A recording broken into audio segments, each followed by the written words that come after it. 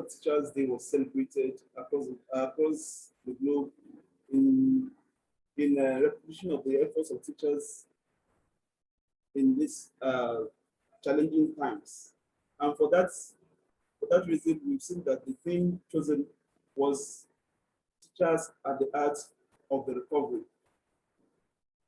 This against the background of the COVID-19 pandemic, which has spanned about 20 months now, and as a result, many schools are closed and many children's education has stopped in one way or another.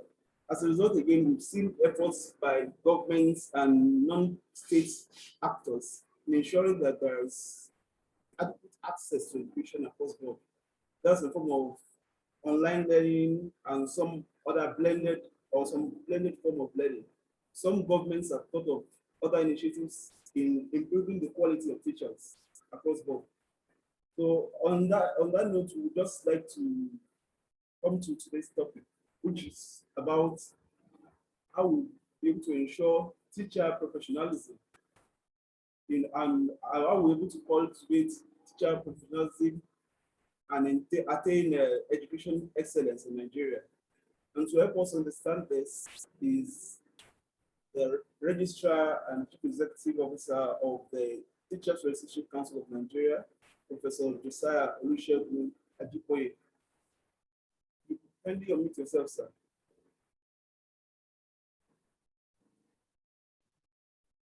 Well, good morning, everybody. Good morning, sir. So thank you. Let me thank you. Okay. You still want to continue? Go ahead, sir. Okay. I thought you have called on me to speak. Yes, sir. Go ahead, sir. Okay. Thank you very much. First, let me appreciate the EduCeleb for inviting me to this particular program to speak about cultivating teacher professionalism to enhance quality for education excellence in Nigeria. Yes, we are in the mood, what you call the Education Week, okay, the Global Education Week, and the World Teachers' Day, which is also known as the International Teachers' Day, was celebrated on Tuesday globally. In Nigeria here, the event was celebrated all over the country. And at the Federal Capital Territory, Abuja, the President of the Federal Republic used the opportunity to appreciate the role of the teachers and to also give certain awards and rewards to the teachers. The best teacher in private school went home with a brand new car. The same thing with the best teacher in public school, secondary and primary. The same thing with the best school administrator, both in public and private. So many awards, other awards were given to deserving teachers all over the country. It's actually an annual event to appreciate the role and the worth of our teachers. In Nigeria, we actually celebrated the resilience and the commitment and dedication of the Nigerian teachers since the pandemic started. So I want to use this opportunity to first appreciate you for carving out this time to really celebrate the Nigerian teachers and to examine a very topical issue on how we can cultivate teacher professionalism towards achieving educational excellence in Nigeria. We can move to the next slide.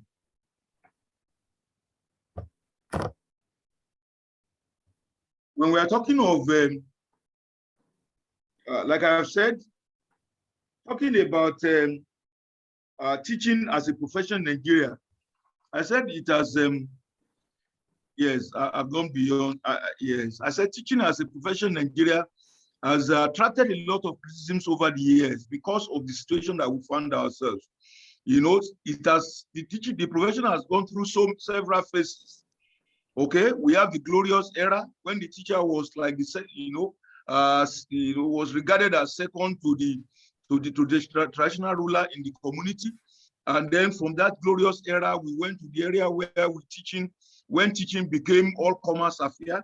That started around the early 90s when teacher salaries were not paid all of, in some parts of the country, in some states of the country, for upwards of 12, 13 months. And teachers have to find for themselves to be able to look for other things to augment what they have. And that era brought about what we call the all-commerce affair period, where teaching now became an all-commerce affair. Now, presently, we now have a new era of restoration and repositioning. And that is what we are trying to do presently in the country, to make sure that we reposition the teaching profession. Because if you look at the developed countries of the world, yeah, generally speaking, we always say that no country can develop or grow beyond the level of its education. But one thing is very clear, that the teacher holds the key to that education. The teacher holds the key to that education. So it's imperative that if you look at developed countries of the world, look at those countries who are high achieving in the area of education. Look at countries like Finland, look at other developed world, you will discover that, look, the mainstay of their development is education. And in that education, the teacher is given a prime of place in that education system. And that's why it's not possible in those places for you to just enter into the classroom to say you want to be a teacher if you are not properly certified and licensed to do so. Sorry about that, sir. Yeah. So when we look at teaching in Nigeria, we said it has been under, flash flood. There have been several criticisms of what teaching is all about. People have criticized us in several ways, and they said, well, does it worth it? And so if you look at that chart that I have there, if you look at the chart that I have there on the next page, if you look at the chart that I have there on the next page, just go to the next page, next one. The next one. Yes, you will see. No. Okay. You will see some of the myths that have been associated with teaching in Nigeria. First, they said, anyone can just teach. Is it true? No, I think this is wrong. It's not just anybody. It's just not anyone that can teach. It's a myth. Okay, some people are specially trained to be teachers. They go through not only the knowledge of the content, but they also could go through pedagogical training for them to be able to teach. So teaching is not just for anybody, and it's not just anybody who can teach. In fact, somebody will tell you that teaching is not a profession, because look, for goodness sake, teaching is seen as the mother of all the other professions. We teach, others learn. We are the mother of all the other professions. And so how can you just say anybody? And if you will agree with me, if you look at our teachers in the past, not, especially look at our mathematics teachers, it's not a knowledge of mathematics. Some of them know mathematics very well, excellently well. But the problem they had then was actually how to communicate, how to present it to their learners. So it's not just anybody who can teach. Another myth associated with teaching is that teacher preparation is not much use, that we don't need to prepare the teachers. It's very clearly clear that teaching is a specialized discipline. It is a specialized discipline, and people have to be prepared to be able to do this job. And that's why we have all our institutions, teacher preparation institutions that are there established with specialized curricula for them to be able to run. So there must be adequate preparation for anybody. Look, there is no country, all these developed countries, they make sure that they do not just allow just anybody to stand in front of their children or to enter into their classrooms. The people that will stand in front of the classroom as teachers must have gone through the requisite training as teachers. And so to say that teaching, to teach, the teacher preparation is not much use, is also another myth that has been debunked. And the last one there, you said teachers don't work hard, enough. You will agree with me that this is a big myth, because this here is somebody who will be there from morning till afternoon, and when they even go home, they continue to mark the work of their students and prepare for the following day. Teachers wake up at night to make sure that they prepare their lesson plans for the following day, to make sure that they grade the assignments that have been given to their learners. Okay, so in fact, it's a 24/7 job. if you look at it very well, you will agree with me that it's a 24/7 job. So to say that teaching, teachers don't work hard enough is really a terrible myth.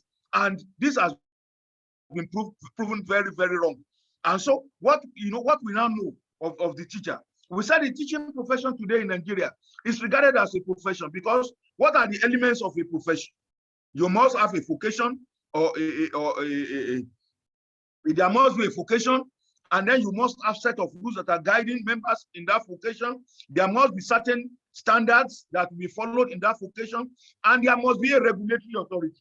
Since the Teachers Registration Council of Nigeria was established with a decree in 1993, and it started operation in 2004, teaching in Nigeria is now recognized today as a profession.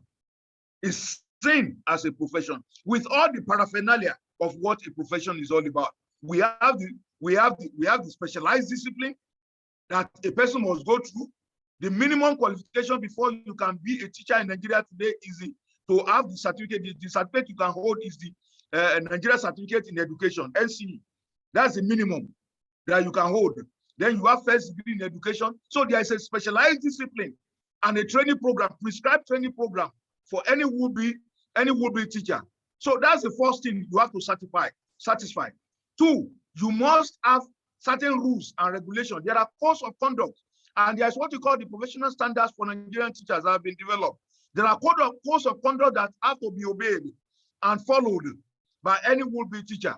And so for any occupation or vocation to be called a profession, this as another thing that there's something else, another criterion that you have to satisfy.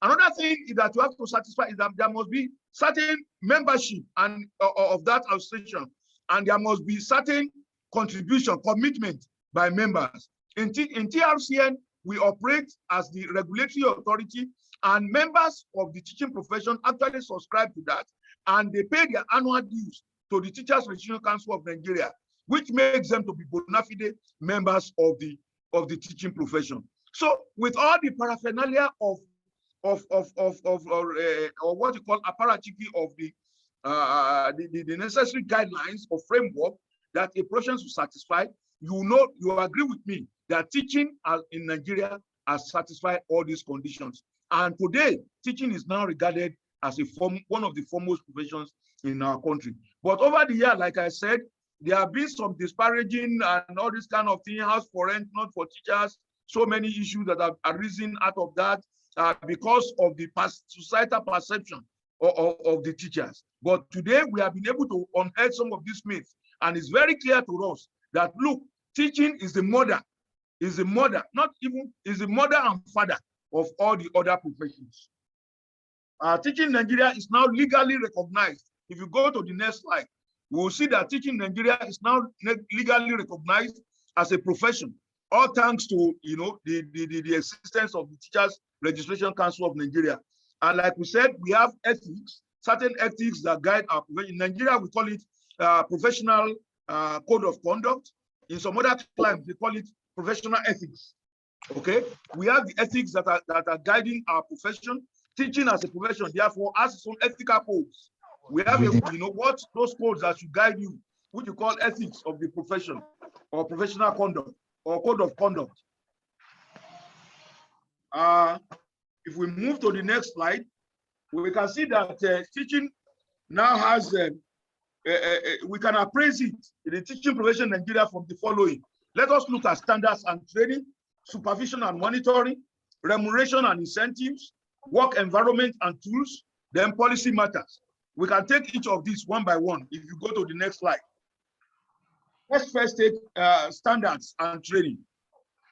Like I said earlier on, teaching is undoubtedly a very different profession today than it was previously. The teacher training programs years ago have been reformed. Formerly we used to have the TC2, teacher grade 2 programs, but today the minimum, the lowest educational institution that prepares teachers are the colleges of education, and we have what we also call the quality of the products from some teacher training institutions. Actually, some people were saying that when under the teacher training program, they were better prepared and things like that. But I told them we are not going to go back to the era of having teacher training, grade 2 training program. What we can do is to infuse the new ideas, the old ideas that we have from the TC2 into the current. What are those things that make TC2 that are not there in the current College of Education program?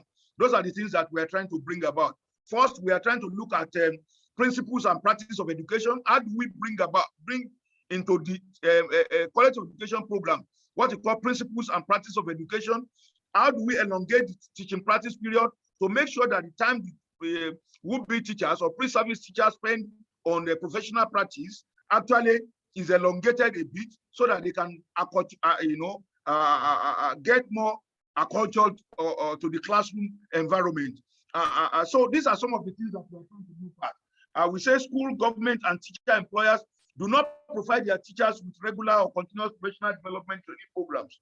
This is a fact. We have seen it, that in some states of the federation, some teachers have not gone to training programs since they were employed. We did some studies some years back, and we discovered that for 10 years running, some teachers, since they were employed in certain states of the federation in Nigeria, have never attended a single in-service training program or the other. So it's a big challenge. It's a big challenge. And when you also look at our school environment and the challenges some of these places poses, when you have your learners sitting on the floor to be able to write, you know that there are challenges. There are challenges in terms of physical infrastructure and facilities that are provided for the teachers. So we also look at some of these issues, but we are looking at standards and training. But like I said earlier on, we have been able to have in Nigeria what we call the professional standards. And these standards prescribe the minimum knowledge, skills, and values that the Nigerian teachers are supposed to have. What we call the professional standards for Nigerian teachers. These standards prescribe the minimum knowledge, skills, pedagogical skills, and the values that the teachers are expected to have. That professional standard was first developed in 2010. It was revised in 2012, but recently in 2019, we have revised the professional standards for Nigerian teachers. We also look at, like I said, we also look at short internship training, like the teaching practice period for our would-be teachers, and how we are going to improve on that. Another challenge that we have is what we call the high teacher pupil ratio. If you look at the high pupil teacher ratio, is a big challenge, especially when you go to our public schools in Nigeria. In a situation where the government and the National Policy on Education recommends about 1 to 35, and in a classroom presently you have about 1 to 70. This also poses a big challenge to the Nigerian teachers. Another aspect of teaching profession today that we should look at is supervision and monitoring. And this is very critical, because in the past, our supervision system was very, very, very, very good. But the same thing cannot be said today of our supervision system. You know, I said this, there is a particular state in Nigeria where, you know, I can cite the example. Let me use the example of Oyo State. There was a time Oyo State was ranked number 32 on WAEC ranking list based on the achievement of their students. And we carried out a mini study to find out what was actually responsible for this. What we discovered was the fact that, look, whereas in public schools in Oyo State, about 83% of teachers in public schools, even generally in Nigeria, about 83% of teachers in public schools are well qualified. Some of them with master's degree, some with PhD. I'm telling you this. When you compare them with teachers in private schools, you will discover that teachers in private schools are not so qualified. Especially when you look, yes, recently we even discovered that about 90-something% of them, not only that they are not qualified, they are not registrable by TRC, and especially those in the Southwest. They are not registrable. A majority of the private schools actually engage secondary school leavers and some other people like that to teach in their classrooms. And so, but when you compare them to the people we have in public schools, you will discover that the only thing that is missing is this supervision and monitoring. The only thing that is missing is supervision and monitoring. And in Oyo State government during the late Governor Ajiboye era gave the University of Ibadan Faculty of Education the consultancy to be able to monitor their schools for 1 year. From position number 32, Oyo State came to 13th in just 1 year due to monitoring and because professors were going around all the schools in the state. And so that provided effective monitoring. And these are some of the things that we actually, so when you are talking of teacher professionalism in Nigeria, we discovered that one component, yes, people mix things up. You know, today, instead of talking of inspectorate division, they now talk of what they call quality assurance, instead of talking of inspectorate division. And the question I normally ask is it not only quality, if quality is there, that we assure it?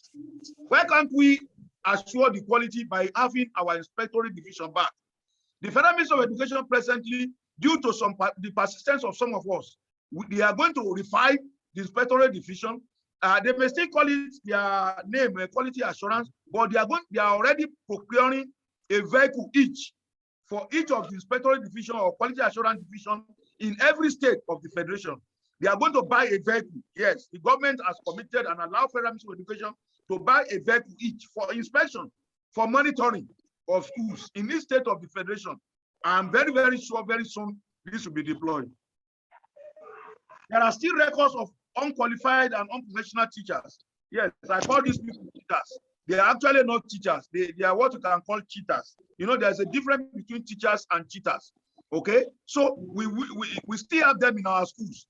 And in some other climes, this is not possible. In some other countries, okay, it is not possible. If you are not qualified, you are not, how do you allow an unqualified? Please, you know, our people have not come to realize the importance of what we are talking about. If you allow, can you allow unqualified medical doctor to treat you? Eh? If you know, we not allow an unqualified medical doctor to treat you, a quack to treat you. Why will you allow a quack teacher to teach your children? Eh? Why will you allow a quack teacher to teach your children? For goodness sake. Eh? If a doctor should make a mistake, perhaps we will lose one life. If an engineer should make a mistake, a bridge may likely collapse or a building may likely collapse and we will lose a few people. But if a teacher should make a mistake, we are talking of generations. Please, let us understand what we are talking about. The role of the teacher is more important than the role of what they affect generations. Teachers affect generations. And that's why we have to, you know, it's only those who we have to make sure that it's only those who are qualified, those who are certified to practice this profession that are allowed in our school system. Can we go to the next slide? Remuneration and incentives. The next slide. Yes, you know, you will agree with me, this is where we have a big problem in Nigeria. You know, like I mentioned earlier on, we got into the era when they will even say house for rent, not for teachers. We got to the era when a teacher will go to, as a suitor, to somebody's house and they say, what job are you doing? They will say, I'm a teacher. He say, you have not gotten a job. You know, go and look for another job. You know, we got to that era. If you look at the remuneration of the teachers in Nigeria, you will actually pity us. And, you know, it's not only that the remuneration is poor, they are not even steady. They are not consistent. They are not coming as and when due in some states of the federation. Yes, we have some states that are paying very well. We have to give kudos to those states that are paying very well. Yes, there are some states of the federation that do not hold teachers. But we have a large number of some states where teachers are being paid even in percentages. This is sad. Somebody that you want to go and teach your children, they say an hungry man is an angry man. You know, if you are an angry teacher, is it possible to deliver? You come to the classroom empty stomach. Is it possible to deliver? And so please, it's important that we have to address the issue of teacher remuneration and welfare. I want to say that at the federal level, the President of the Federal Republic of Nigeria just last year gave approval to so many welfare packages for the Nigerian teachers, because we made the President to realize two things. One, how do we attract best brains into the teaching profession? That's number one issue we push to the President. Okay, how do we attract best brains to the profession? And Mr. President approved that we should reintroduce bursary allowance to those who are going to read education. And also we should introduce teaching practice allowance and some other to encourage those who are going to read education. And also the second point Mr. President noted was, how do we retain experienced teachers on the job? And that was why Mr. President also, you know, brought about the issue of extension of the years of service of the Nigerian teacher from 35 to 40, or retirement from 60 to 65. Retirement age from 60 to 65. So these are some of the incentives. And not only that, We have rural housing scheme for teachers. We have a rural posting allowance. We have difficult subjects like science subjects allowance, and some other things that are approved by Mr. President in terms of welfare for the Nigerian teachers. But you realize that education is on the concurrent list. The state governments are the largest employers of teachers. They have to key into all these programs so that they'll be able to implement all these things for their own teachers. It is very, very crucial. And all of us together have to join hands to make sure that we put pressure on the state governments to make sure that they respect all these things that have been approved by Mr. President and that they implement them in their own state. I want to thank some states of the Federation where they have already commenced implementation, even as we are talking. Yes, we talk of non-payment of salaries and delay, low wages, and all these things, we can take care of them if in some other countries, look at Germany, for example. All the other professionals went to Angela Merkel, the chancellor. They said, we want to earn the same salary as a teacher. She told them, how can I pay you the same salaries who taught you? It's not possible. So in Nigeria, we have to get to this level where the teachers, and part of what Mr. President also approved is that education graduates will now start, they will now, when they are employed at the federal level, they will now start from grade level 9 instead of level 8. Yes, as it's been done for some other professions like lawyers. Lawyers, they start on level 9. Even medical doctors start on 10. Now, teachers too are now going to start on level 9. Fresh employment. So, these are some of the things that we need to do to encourage our teachers. Let's go to the next slide. We talk of work environment and tools. This is very critical as well. If I mentioned it. It's not just about the teachers' welfare alone. Even the environment where we work is very, very important. And if you look at the budgetary allocation to education over the years, it has been very paltry. It has been very, very paltry. Our country actually allocates some of the least. We have some of the least allocation to education. When you even compare us with some African countries, nearby African countries, we are not ranking very well at all. But thanks to Mr. President, he attended the last summit of Global Partnership on Education in the United Kingdom. And he said for the next 2 years, the government of the Federal Republic of Nigeria will vote more budgetary allocation to education. Because UNESCO actually prescribed minimum of 20% of the annual budget of developing countries for education. Okay, we don't need anybody to tell us this. Two major things that we need to focus on when you are talking of human capital development. You need to focus on education. You need to focus on health of your people. Okay? And so these two things are very critical. They are very critical. And they demand and require serious budgetary allocation for us to be able to. If you look at some schools in some parts of our children sit on the floor, the children, some sit under, they learn under the trees. This is not good at all. It's not speaking well of our country.